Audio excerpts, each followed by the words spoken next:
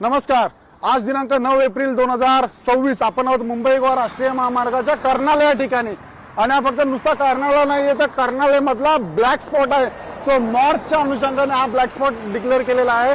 आणि म्हणूनच हे जे रबर स्ट्रिप्स आहेत किंवा जे काही इंडिकेटर रिफ्लेक्टर्स आणि जे बॅरिकेडिंग केलेले आहे त्याच अनुषंगाने त्यांनी केलेले आहे.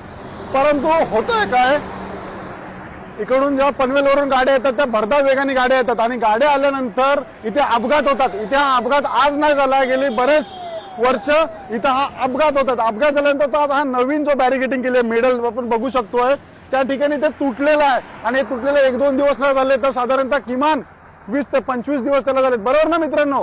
तर आता तो अपघात झाला, इकडून येणारी वेगवान येणारी गाडी आणि तिकडून म्हणजे जर समजा पनवेल आणि गोवावरून येणाऱ्या गाडीचा जर ती निष्पाप एखाद्याचा जीव जाऊ शकतो जर इकडून गाडी जर तिकडे पास झाली तर. ठीक आहे, मग याला जबाबदार कोण? मी संबंधित प्रशासनाला मी विनंती करतोय की बाबांनो, हा राष्ट्रीय महामार्ग आहे आणि सन 2026 सुरू आहे. Prevention is better than cure. जर एखादा अपघात घडल्यानंतर मदत करण्यापेक्षा अगोदरच करा ना. आज जर ही जर बॅरिकेडच्या तोडून जर दुसरा जर एखादा निष्पापाचा जीव गेला तर याला जबाबदार कोण? हा प्रश्न तुम्ही स्वतःला विचारा एक नागरिक म्हणून.